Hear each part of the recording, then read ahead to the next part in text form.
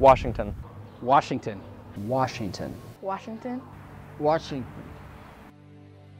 It's kind of like one big family. It's a family. We were a very close class. We had a cohesiveness. The close family relationships that we had. I feel like there was a lot of camaraderie here at Washington. Those friendships have stayed from the time I arrived as a fourth grader. My best friend sat next to me to being my best man at my weddings. I always said it was the best job in town. I have been here 36 years, so I have seen Washington School go through from the very beginning. Well, the greatest strength of Washington is getting to be with other kids who were just like you. Washington is sort of a special time in your childhood, and whether you went here 2 years ago or 20 years ago, that remains true. Really here at Washington, we're more filled with not just separate groups, cliques at lunch, who you hang out with, who you don't hang out with. It's more of along the lines of, it's kind of like one big family. It was more of a family, more so than an institution. Monday morning, time for Monday morning questions. Washington is important to Peoria because it gives students an opportunity to put their best feet forward. I think Washington is essential to keeping Peoria excelling and challenging the students that we have around here. Washington. Washington. Washington. Washington. Washington for Washington. I truly believe that Washington Gifted School is a spotlight school for the district. Being from a teacher's perspective here, it's amazing to see how these students are able to take something they learn in my mathematics class and apply it to a science class, and then apply it to a history class, and how they're able to see the real world and a broad application of all these different things. It's just amazing to see that. One thing about Washington students is that they do have creativity. You know, everything from the challenge of foreign language to advanced math and science, senior science, the extracurricular activities, they prepared us for high school and grade school and prepared us for college and grade school. I came to high school a lot more prepared, and I felt ready, really ready for the challenges ahead.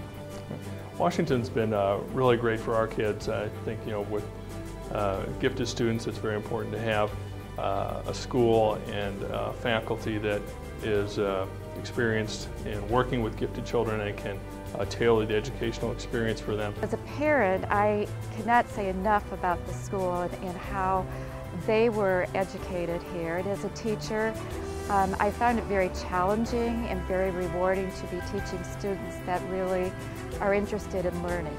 We are recognized as one of the top 5 schools in the state of Illinois as far as middle schools go.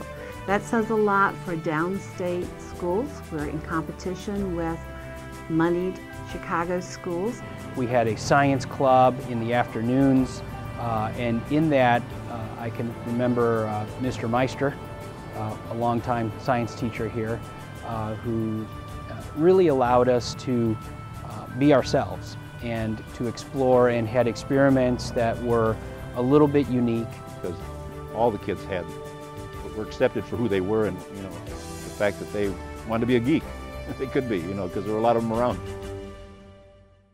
Washington. Washington. Washington. Washington. Washington. Well, when I was at Washington, it was I was in the class of '72, so it was before microcomputers had been invented. We had technology like mimeograph machines and opaque projectors. We used to have science fairs here, and the kids weren't the craziest about it, but they would go at them gung-ho like everything else. And one of the ones I remember is that one of the students had a microwave, and nobody knew what a microwave was, and so he was heating up hot dogs for everybody to see. We went on a field trip from the old building on Moss Avenue. We walked over to Bradley University to look at their mainframe computer, which filled up an entire room. Sometimes as 5th graders, we'd have a radio play for the 4th graders, and they really enjoyed that. And then there was a time where we were doing exercises in my classroom, and so I had a phonograph record, and I asked one of the kids to go back and turn the phonograph on, and he said to me, "What's a phonograph?"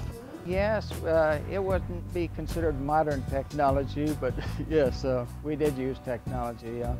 It was usually the PA system where all the rooms would be cut off except the ones that we were talking to in the radio play. I can recall Back in 1978, the school had just received its very first TRS-80. In fact, we had 2 computers from the Radio Shack. One had 4K of memory and one had 16K of memory. And they were powered with, or the data was stored on a little cassette machine that you had to set on the table beside you. The computer club consisted of perhaps 2 people in the beginning. My first computer lab was a closet, and you get 2 kids in there, and that was quite a privilege to be able to get in on those 2 new computers. Perhaps there was a computer in the math lab with Mr. Millen, perhaps. But I have a very vague memory of technology at Washington. It's evolved tremendously. I could remember as a second-year principal at Washington School, having a kid who was only in 6th grade being called by reporters all over the United States to talk about an article that he had written for a computer magazine. When we first got our computer lab, we had a set of 30 computers, and it was pretty new to everybody. And we were able to use it periodically, but as the years have gone along, the updates to the computers just haven't kept up with what's out there in the real world. There have been very few upgrades since I've started. It's changing greatly outside of this building, but inside our building we have computers that are extremely old. These are like their great-grandfathers. They're really old and they're really slow. It takes also like 10 minutes to load, so I mean, by the time everything's up and running, 10-15 minutes has already passed in the class. When you walk into my room, you'll notice there are several computers, but unfortunately, only one of them is able to access the internet. I'm convinced that there are computers in the library that were here when I was here in 1998. Most of the computers in my classroom operate on Windows 95. That operating system is actually older than any of my students. We're behind the times, not just 5, 6, 7 years, but probably 10, 15 years behind. Washington is outdated. We can't use some of the materials that come with our textbooks because we don't have the technology to use those materials. We're trying to keep things fast-paced. We're on a tight schedule, and there's days that the technology just can't keep up with us. What I've had to do is go out of the way on my own and bring some of my own material. We have like the computer lab, but we barely use it, and we learn at home. Outside of the classroom, they can only learn so much. Washington School is not a Title I school, so we do not qualify for a lot of the federal funds that are given to schools to upgrade technology. It definitely limits our choices. Washington. Washington. Washington. Washington. Washington.